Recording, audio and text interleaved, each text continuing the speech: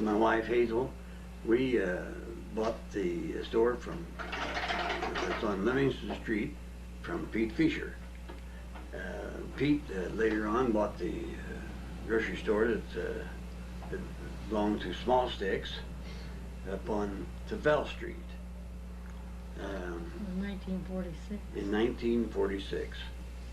The thing that I think would be interesting, it was true about all grocery stores at that time yet, that when you went in a grocery store and ordered something, you stood at the counter and the clerk would go to different parts of the store to get the commodity where it was shelved and bring it back to the counter for each and every item that you would want. Well, that's how it was handled, and then they would add it up and charge you for it. At that time we had bins that had sugar, beans, other bulk products that you would order.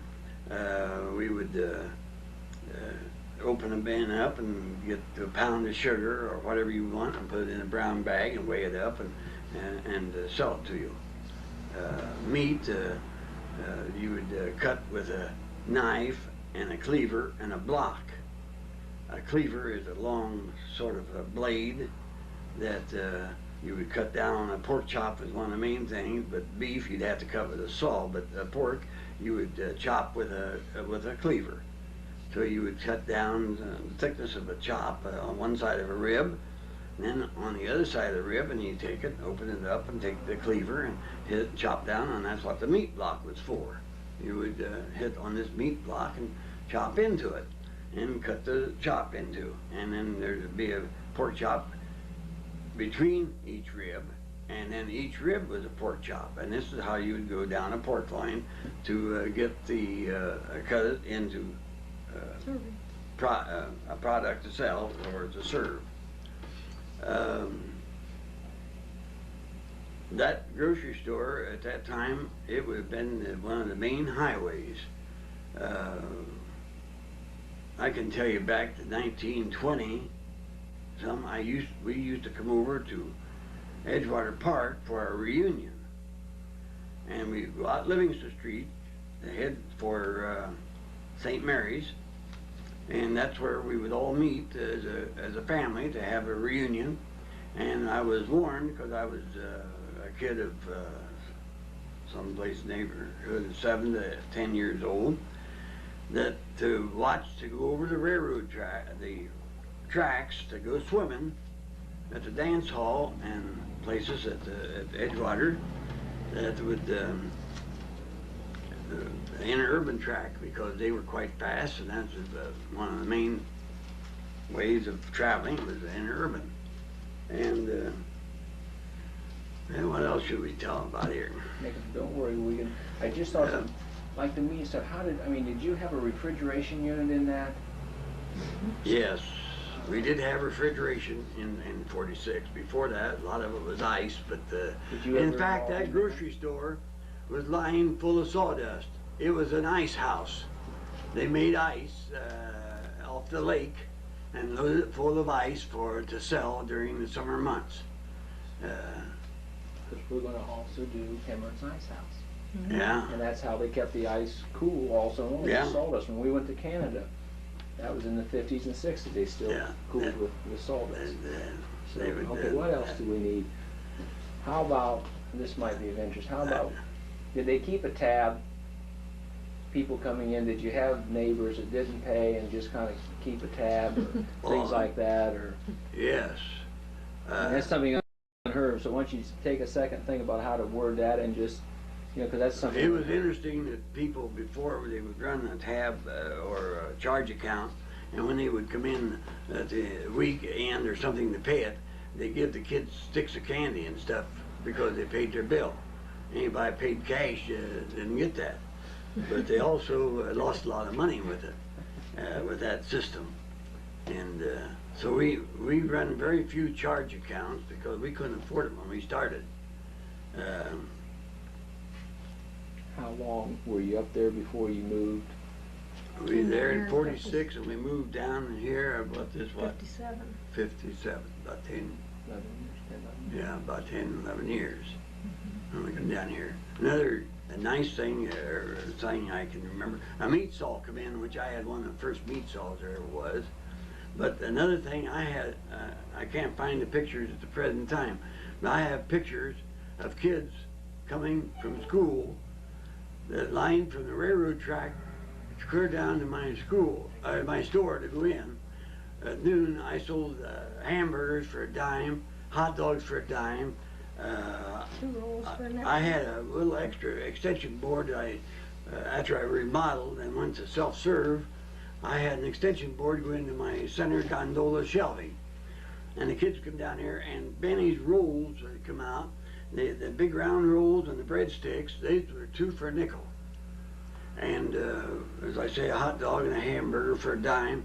I put the first Frosty Malt machine in. That's like your Dairy Queen, soft ice cream. And it was a small machine, but it'd make only a gallon, but I would make it all morning, and it'd still be soft enough that I could dip to keep up at noon. But anyway, I'd ask the kids when I first got it if they'd like a Frosty Malt. They didn't want any. I give it away for better than a week before any of the kids would start buying it. They didn't want any soft ice cream. They'd never seen it before, and all ice cream was hard, so they didn't want any soft ice cream. So I give it away for a week or so before they get it.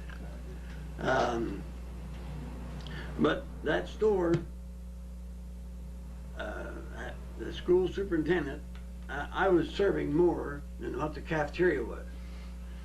There were more kids went ate their dinner down at my store than what they did at the school. So Rasmus was the superintendent of the school, and Mrs. Rasmus came down here at noon and went back to the school board and criticized what the kids were eating, and so they had a closed noon hour. That's how the school over here closed. The kids always got off for an hour. School teachers never buy for an hour before that. But since that time, why, they've left some kids out since. I don't know how it is yet today. Is there a closed that they can't get off the? Just freshmen, the rest it's open. The freshmen have to stay in and eat when the sophomore, junior, seniors. Well, anyway, that's what closed. That's what closed the noon hour at school. And something else I would like to take a little bit of credit for, and that's your gymnasium over here. I was the first one to get my letter playing basketball all 4 years. I was second high in amount of quarters my freshman year, and we went to state that year. Until who was first?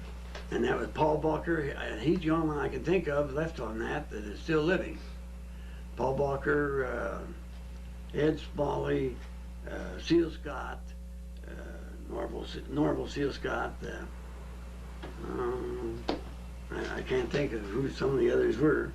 But then my junior year, we won the league champ, in which they are still recognizing that as taking the league champ in '38. That was with Kenny Miller, Bob Brandon, Laverne Toms, and Paul Slanker. Paul Slanker and I are the only ones living from that. But we was creating such a crowd that wanted to come in and watch us play, that's what created building a new gymnasium. You played in the old gym. I played in the old gym, and that one there was not finished quite far enough in '39 for us to graduate in. So I graduated in '39.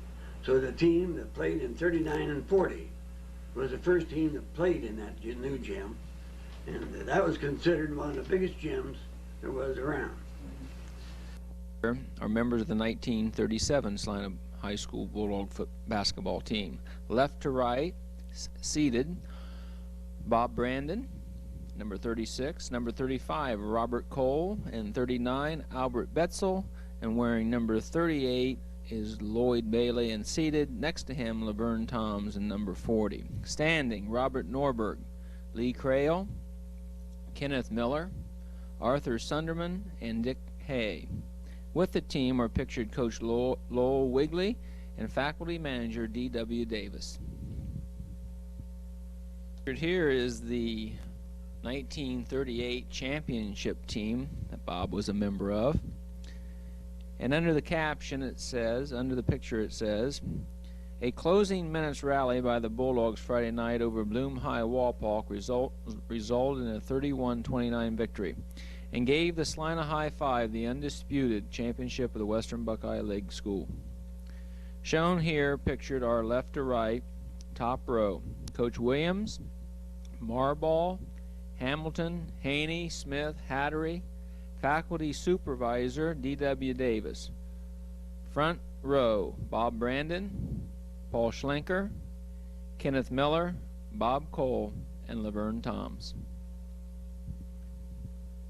Celina High won the Western Buckeye League Championship late last night when a field goal in the last minute of the final quarter defeated Walpock Bloom High School 31-29. The strong painted Indian was out on the warpath to take the spoils of victory, the league victory trophy. The Indians kept the Bulldogs wounded by fouls, trailing by 2 points at half and by 6 points at the end of the third quarter. Tom saves day. The Celina quintet came back in the final quarter to stage a rally with free throws. Then the Celina's cool-headed guard Laverne Toms came through with 2 field goals, one from the lead and later one to break the tie at 29. Toms won the game and saved the victory trophy to clinch the Western Buckeye League Championship. An enthusiastic crowd crammed in the auditorium saw the Celina Bulldogs stalk off in the opening quarter to a 9-6 lead. The Bloom Five outscored Celina fivefold, 10-5 in the second quarter. The Celina team reaped a harvest of fouls the first half, which ended with Walpock leading 16-14. Celina's hope fades. By the end of the third quarter, Redskins' 6-point lead had cast the hopes of Celina fans into a deep, dark, dismal abyss of despair. Banishing a hopeful torch of victory which led from their gloomy heights to a victory, the Celina squad made things look brighter by bringing up the score to a 28-27. The clamorous crowd, some onlookers hoping, others fearful, was tense at the point of the game. Then suddenly Toms dribbled down the side of the floor and dropped a one-handed shot into the basket. This was a spark that caused a thunderous roar to come from some 500 throats. A Celina player nodded the score, 29-all. Surging to its feet with a mixture of yells, the crowd tensely waited nervously, excitement written on their face. With a minute to go, fate dealt an ace to Celina when the Bulldogs needed a spurt. Toms drove in for the winning setup. The Celina team won 31-29. Schlenker took the high score vows by hitting the baskets for 12 points. The Celina reserves came back to win their game in the second half by 22-21. Scores that evening: Brandon 2, Schlenker 12, Miller 5, Toms 11, Cole 0, Purdy 1.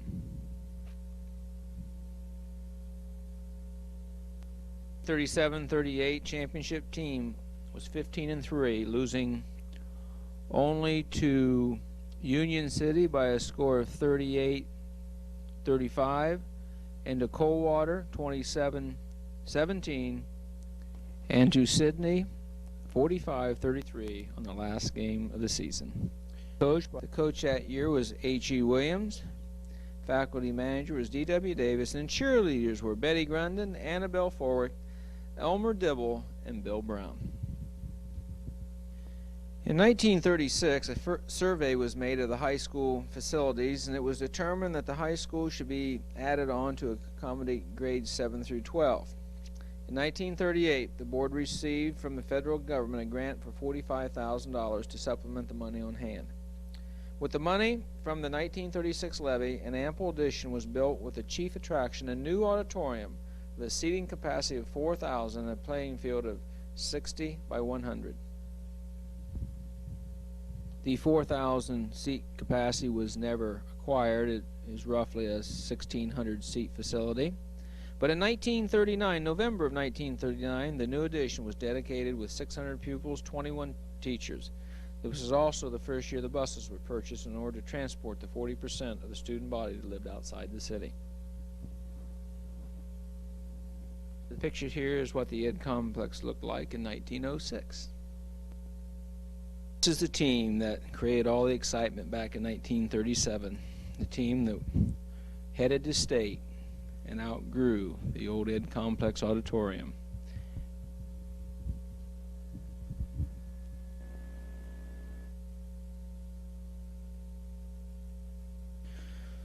The Celina Bulldogs were rated third in the state of Ohio in Class B basketball that year. Celina High School was ranked third best team in the state of Ohio in Class B this year by the Professor E.K. Lithenhouse, University of Louisville statistician. Tabulation of all the Class B teams in the state, along with their ratings, as interpreted by Lincoln House, appeared in the Cleveland Plain Dealer. Above, pictured here was Cole's team in 1938-39. From left to right in the first row, Don Marbaugh, Leon Haney, Adrian Ault, Bob Cole, wearing number 66 that year, Charles Hattery, and Laverne Toms. In the second row, Calvin Nutt, John Gibbons, Kermit Hoffman, Frank Summers, John Myers, Mark Kinkley, Bill Smith, Bob Shemp, and Coach Harry Williams. Third row, Don Clark, Bob Bryan, Jim Collins, Cloyd Bucklow, Merle Rabe, Bob Heron, Don Purdy, Lyle Barber. Front row, Dane Barber was a mascot.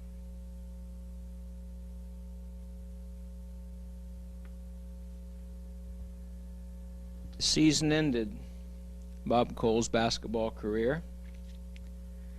Bob was the first player in the history of Celina to letter 4 years, all 4 years in basketball. That feat was not accomplished again until many years later by Ned Sealscott. After basketball season and graduation in 1939, Bob worked in a foundry in Lima, Ohio for a number of years.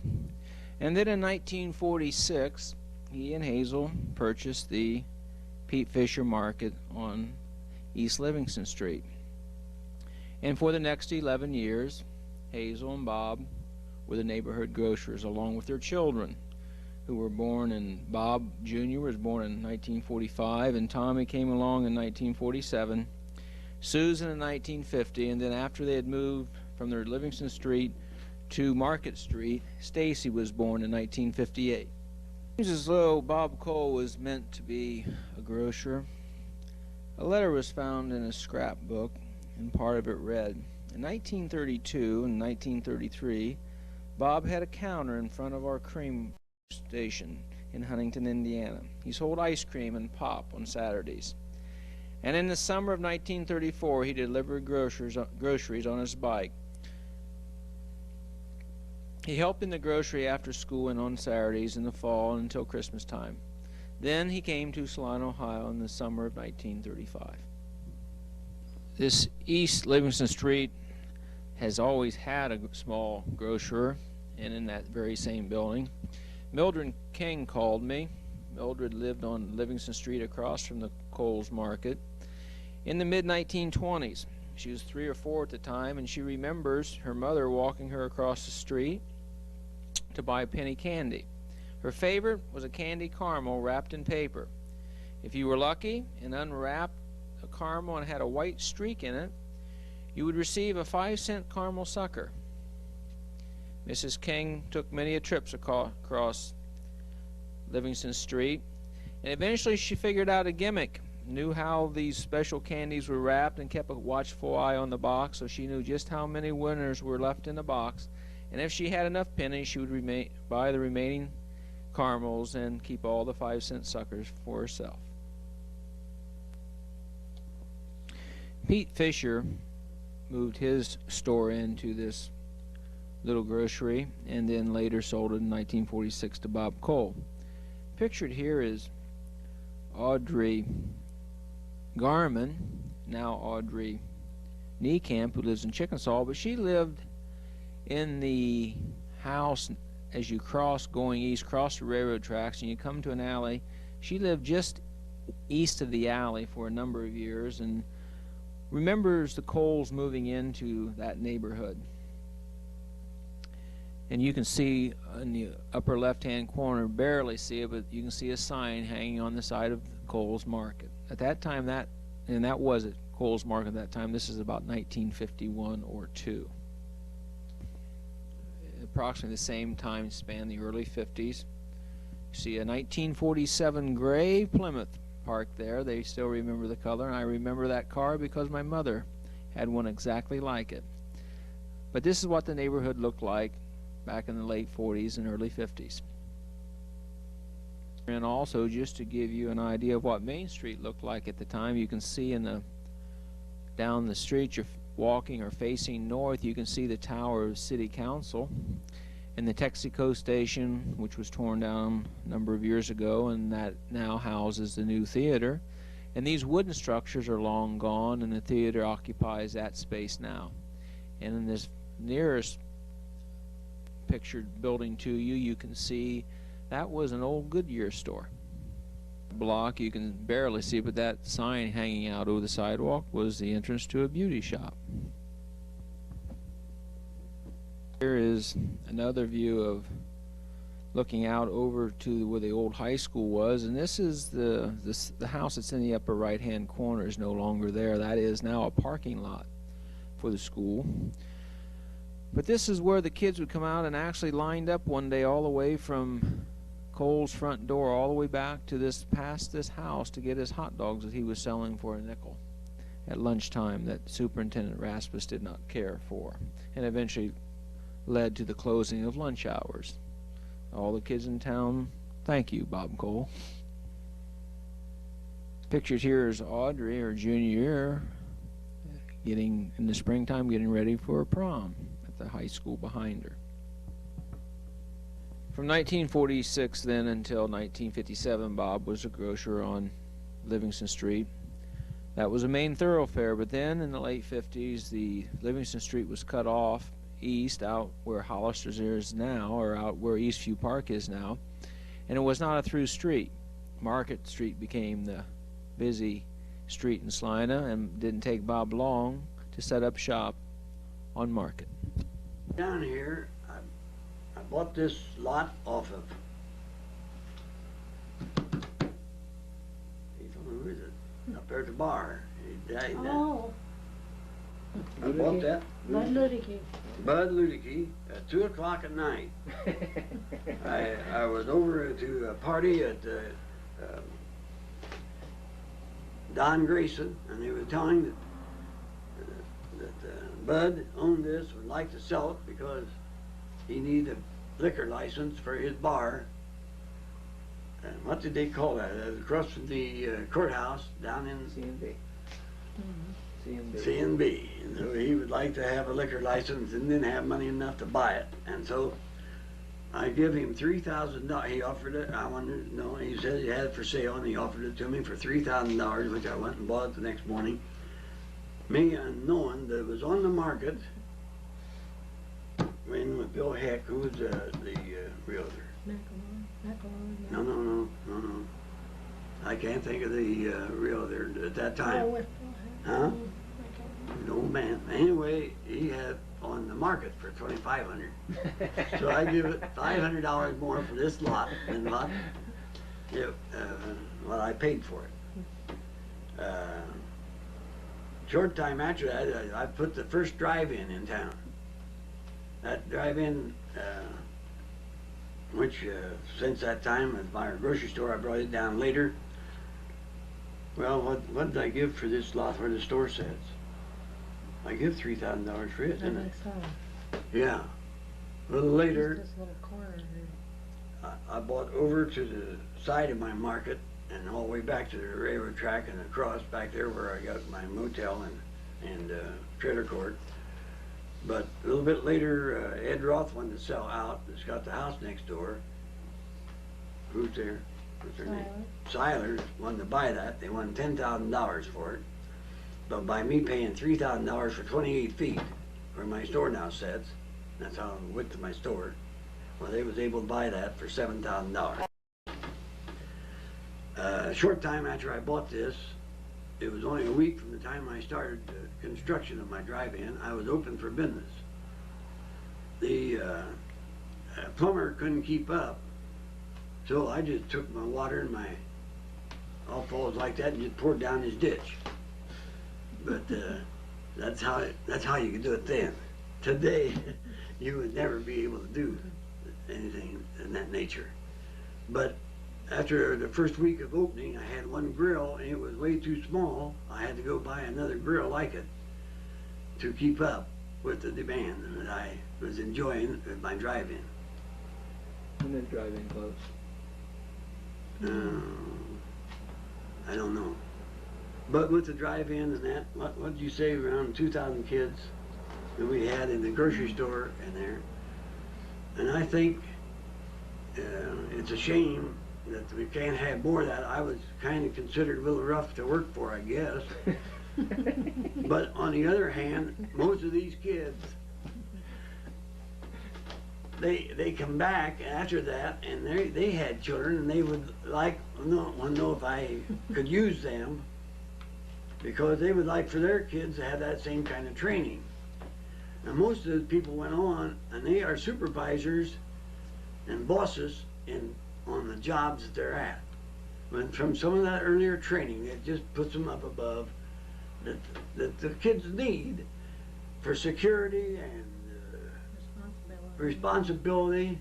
But because we had when somebody got a sandwich out here at one of these at the car, they wanted the thing right. They wanted like an adult would handle it, and so I had to have the kids handle it like that. These kids worked for as low as 27, 28, 30. That was the going price rate at that time, 35 cents an hour. But I have had kids, before I closed the drive-in up, make as much as $50 in tips too. A good one, a good girl.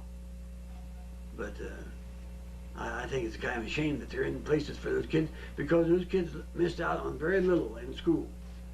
They could be there after the game maybe was over, or could if they would take turns, they could go.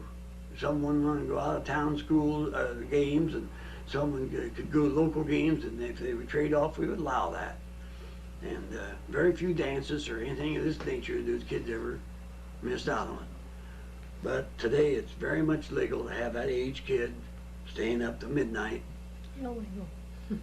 Yeah, it'd be illegal for them to stay up that time of night, in which I always took them all home. They always tried to say their parents would allow them to stay up and their boyfriend could take them home. I would never allow none of that.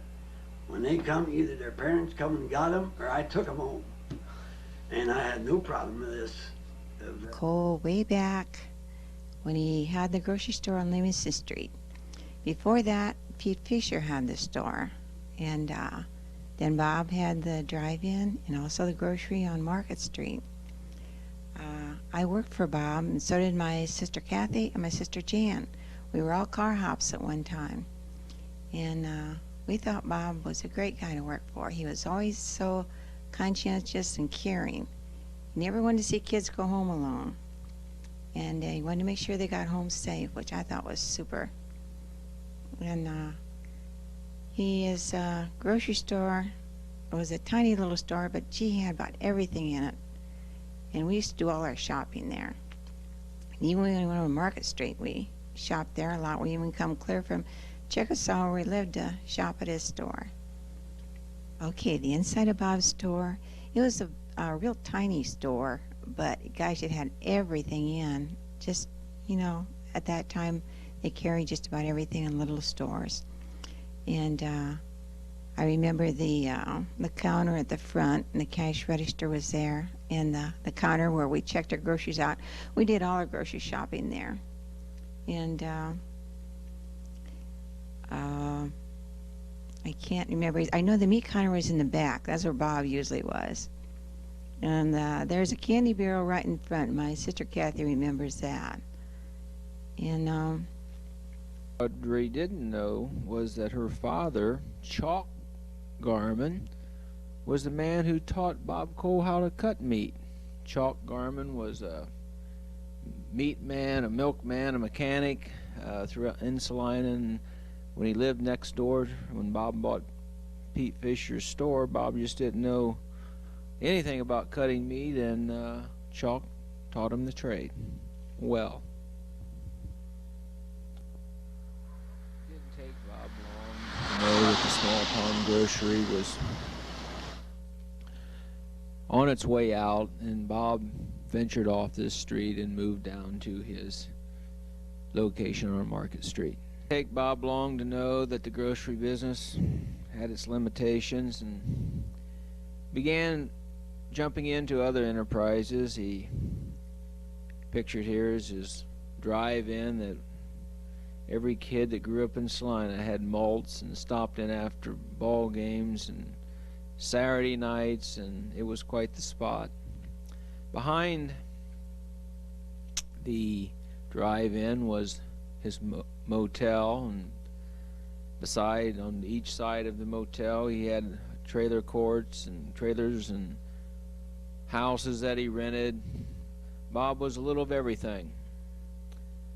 I had the pleasure of knowing Bob Cole for a number of years, and as I got older and I tore down a lot of homes, I knew that not to throw things away because of three people, my father, who saved everything, Bob Cole, and Parker Snyder. And so when I would be tearing a house down and there would be a door or a window or a storm door, I knew that I could take it down to Bob instead of throwing it in the trash or burying it or burning it, and he could use it. And we worked together like that for years. I remember tearing down a motel one time east of Celina. Burgers owned it at the time, and I think it was an 8-unit motel, and Bob, of course, still had his motel in the back, so I called him up and asked him what he wanted out of it, and within a few minutes he arrived with a trailer and a couple boys, and they took the doors and the storm doors and windows and sinks and toilets, and he knew that someday he would be having to replace those, and he would store them, and eventually he used them all because he called me back just a few years ago because I had torn some buildings down in Mercer, and he knew it, and out he came again and took another load home. Even though Bob dabbled in the motel business and the rental business and sold Christmas trees, Bob will long be remembered for a neighborhood grocer and for his meat cutting abilities. Probably Bob was the last meat cutter that owned his own store. Jerry Reasoner, who of course owned Jerry's, was also in business right up until the recent years. But Bob was famous for his meat counter.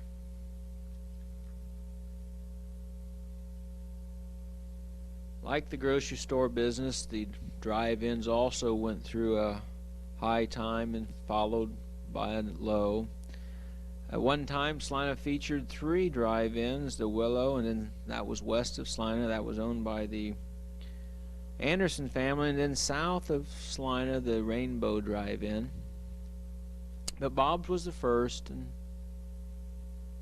it still is. Parts of it are still there, and a sign sits out back behind one of the buildings. And in the winter, when the ice cream wasn't such a big seller, Bob moved in Christmas trees, and I can still remember for years and years going up to Bob Cole's and getting our Christmas tree. These are some shots not too many years ago on Market Street at the sitting outside the drive-in and the grocery store. These are the children. They were small.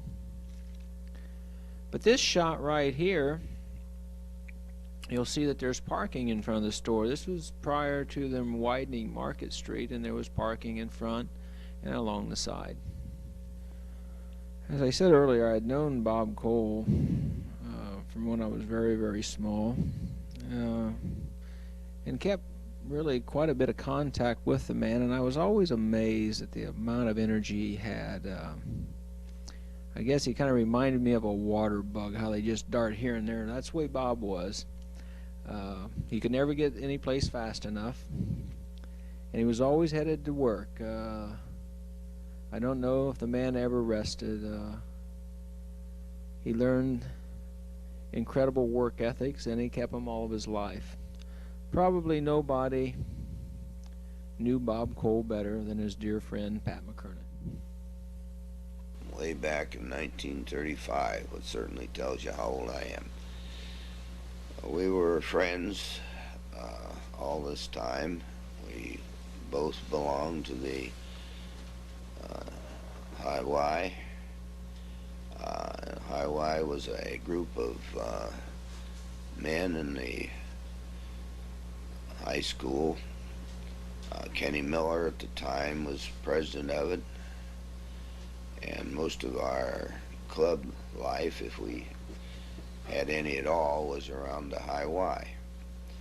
The girls, in their part, had a GAA, and this just about took care of all the club activities, at least that we were involved with. Bob played basketball from the word go. He and Kenny Miller and myself were all friends. We followed the team throughout their successful 4 years, really. And Kenny or Bob, neither one played football, so we had a lot of free time during football season to do all the other things kids do that maybe shouldn't all the time, but I guess we didn't do too much harm.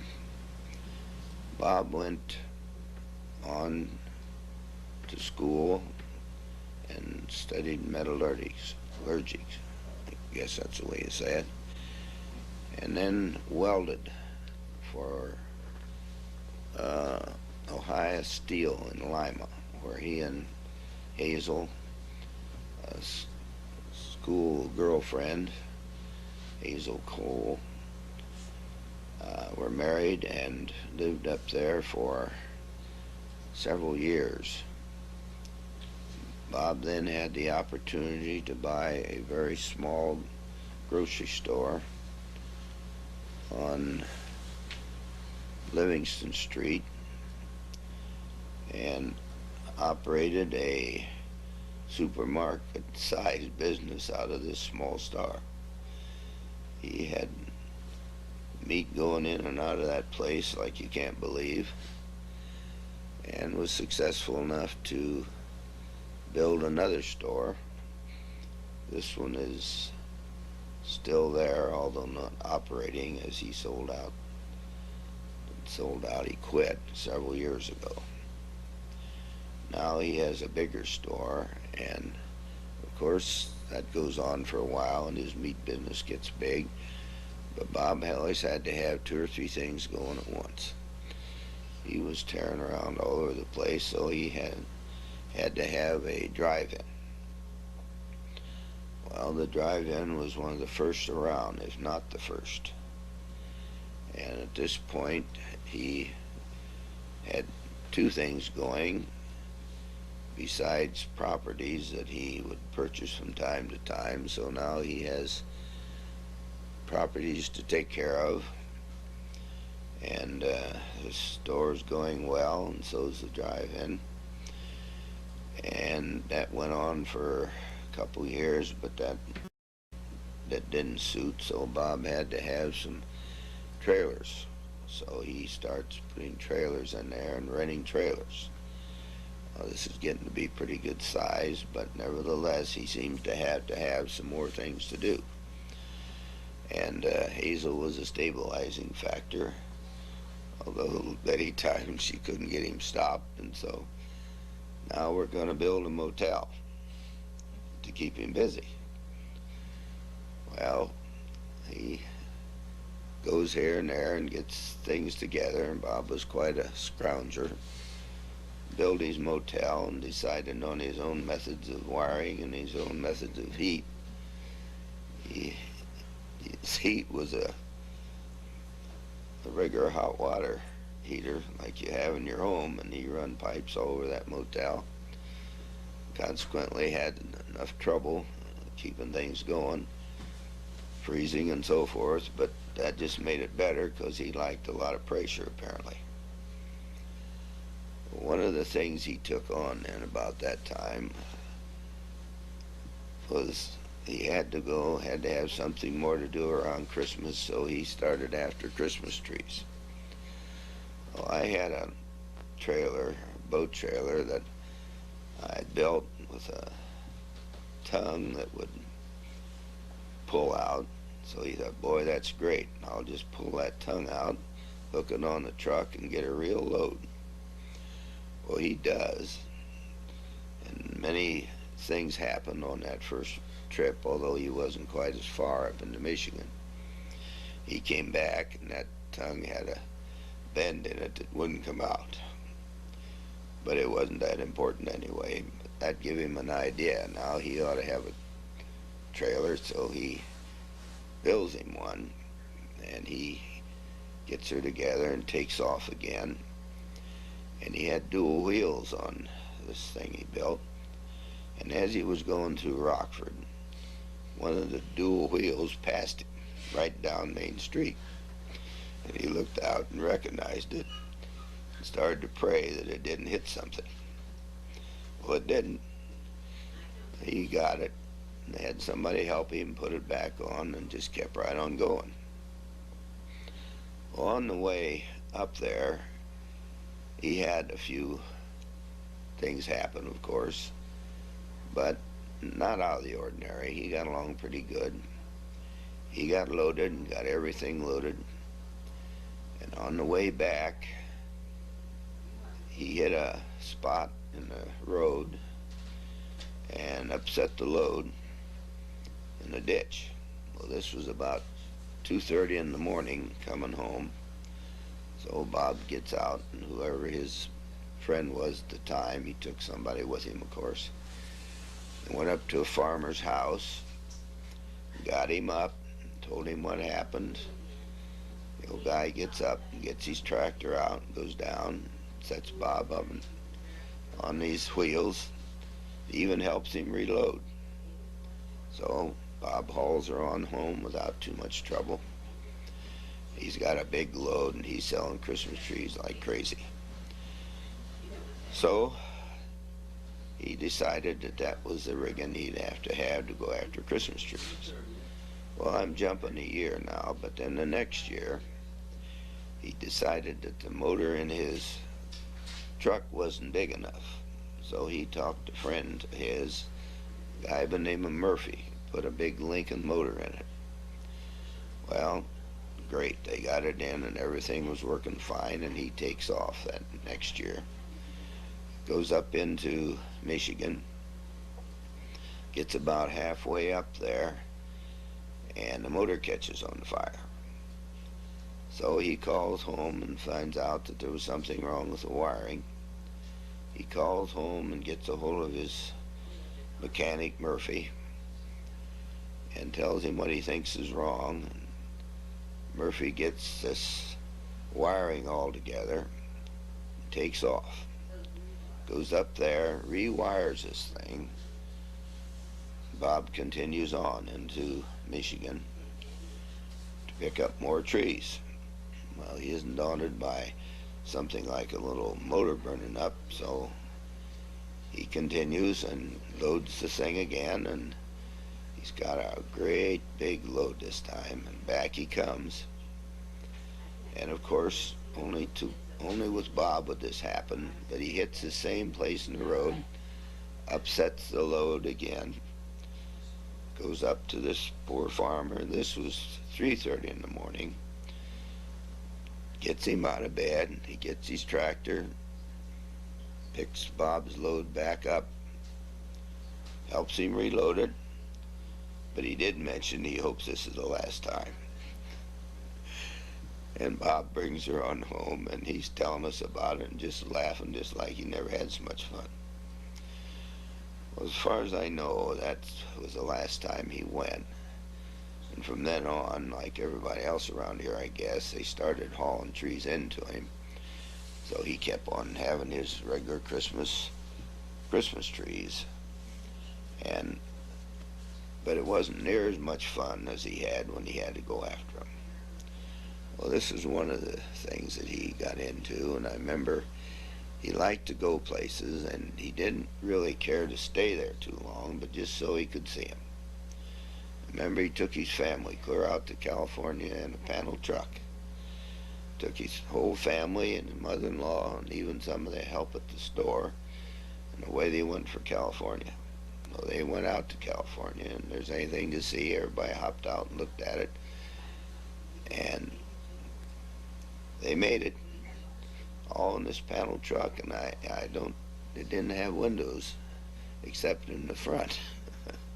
So unless you were outside, you didn't see too much. Nevertheless, he had a good time, which is what mattered. Then let's see. I think now that he's got just about enough to keep him busy, since he's got the drive-in, which by now there are many other drive-ins, and it wasn't as lucrative as it had been, so he kind of closed it down.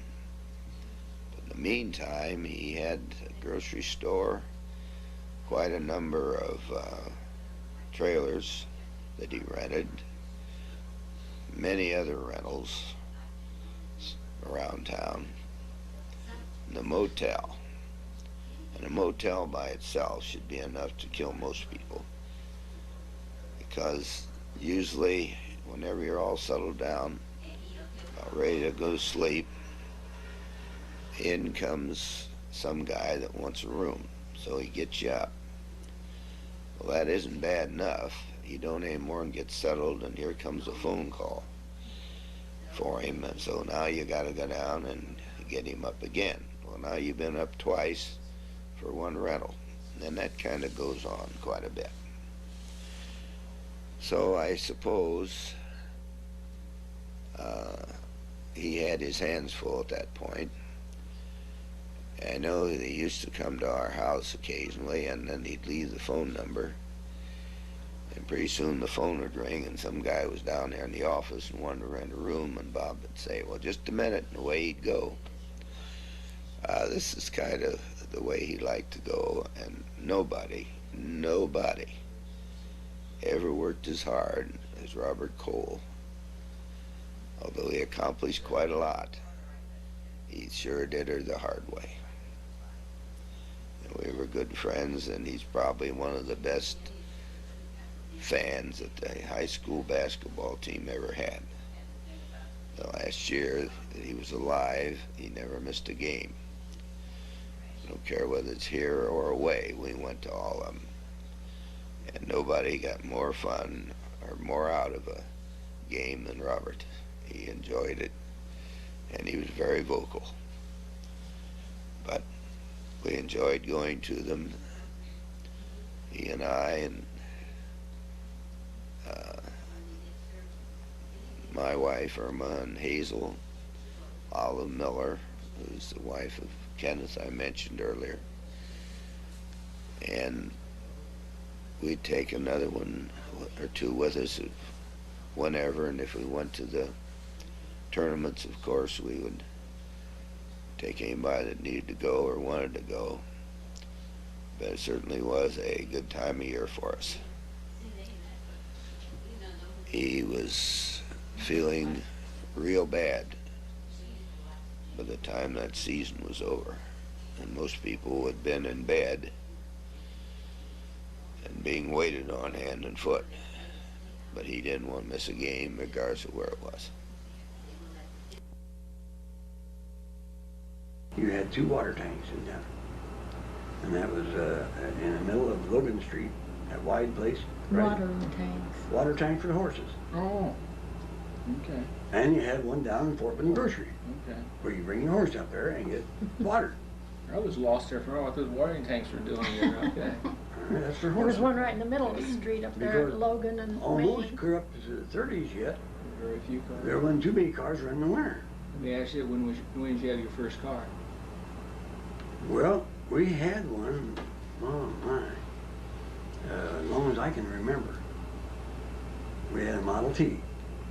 And we come over here one time in Montpelier. I lived up here in Indiana until I was 9 years old, and then I moved to Huntington. But I remember coming over here, my sister don't know that. I don't know why they can't remember it. But anyway, they had a lot out by the fairgrounds someplace, my folks did. I was so young, I don't. But anyway, we went out to Strable's junkyard. That's where all the plaza is. That's where Broadbeck's. That was a junkyard. That was a junkyard for years. In Strable. You know where Strable is? Strable's right down on the... Behind Lutheran Church there. He owned that. And my father and my folks traded that lot for a Model T. The dad took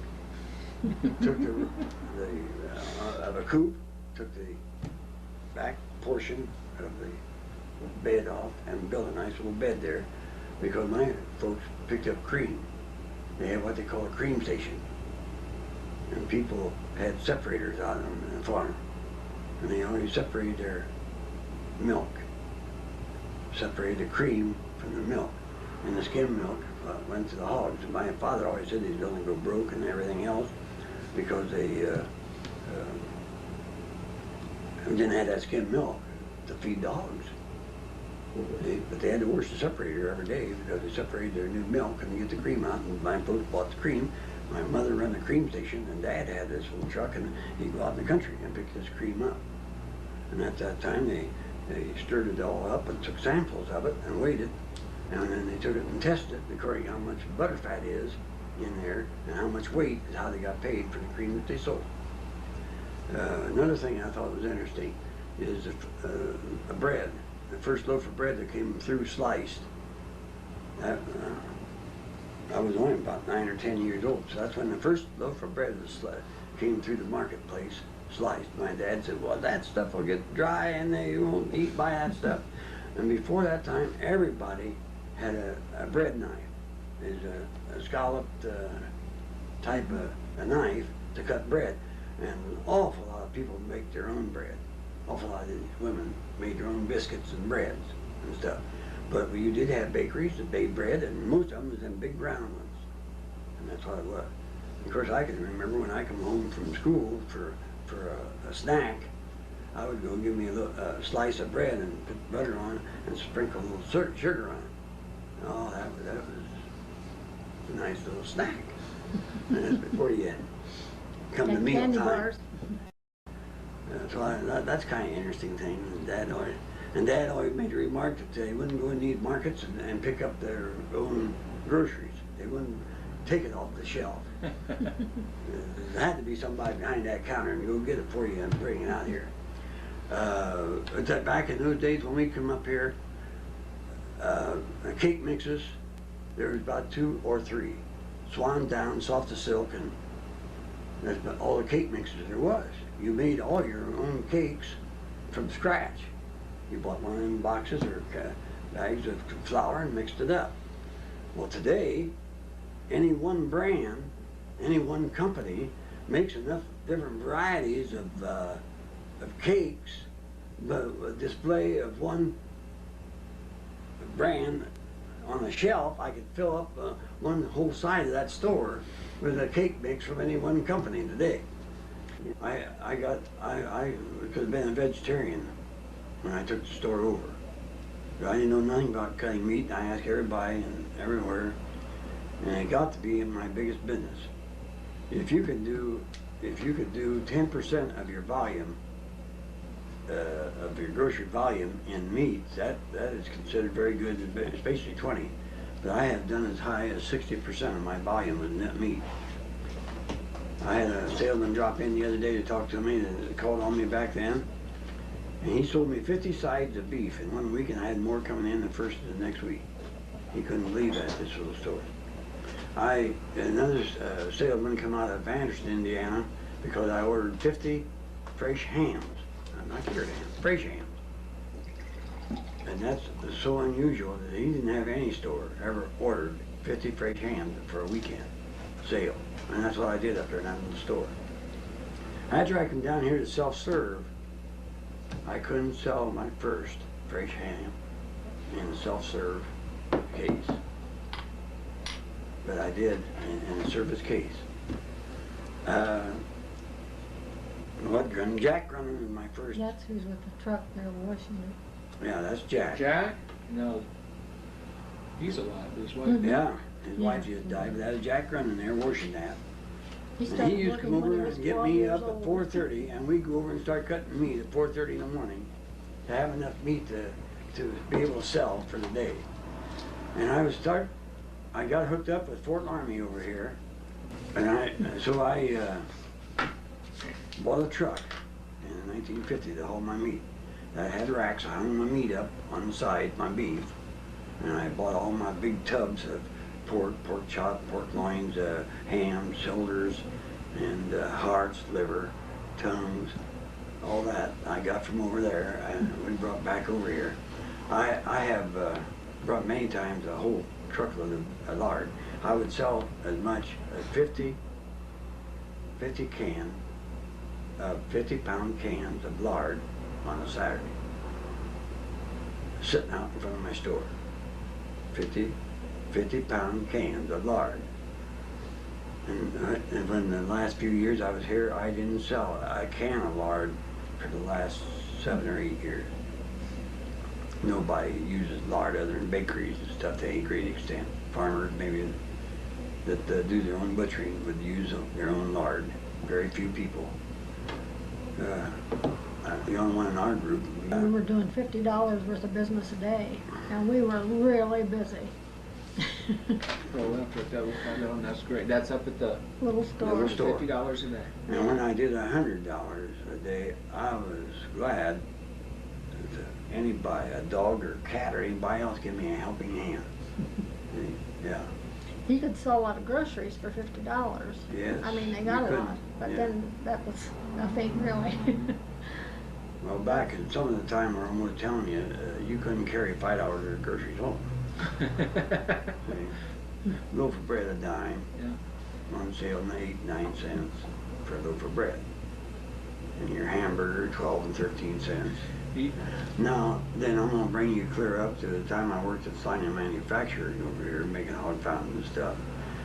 That was just before we got married. That was hot. Still in '39, wasn't it? Just before the war. I was working over there. I graduated in '39, and so in '40 yet, I was making 27.5 cents an hour. And the top man had been there for 30 years. Was getting 37.5 cents an hour. Okay. In 1940, I and my folks went together and bought a brand new Chevy with all the chrome and all the everything on it for $800. So in '41, when I got married, I sold my motorcycle and gave it to my folks for their half of the car. And they went uptown and bought a '41 Chevy business coupe, brand new, without a radio, just a heater, for $495, brand new.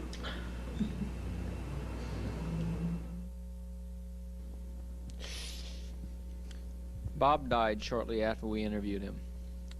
I attended Bob's funeral. I did not recognize a lot of the people there, but I knew many of those unfamiliar faces belonged to some of the 2,000 kids that had worked for him at one time or another.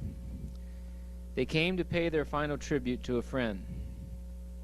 But if they knew Bob well, this was not their final tribute to him.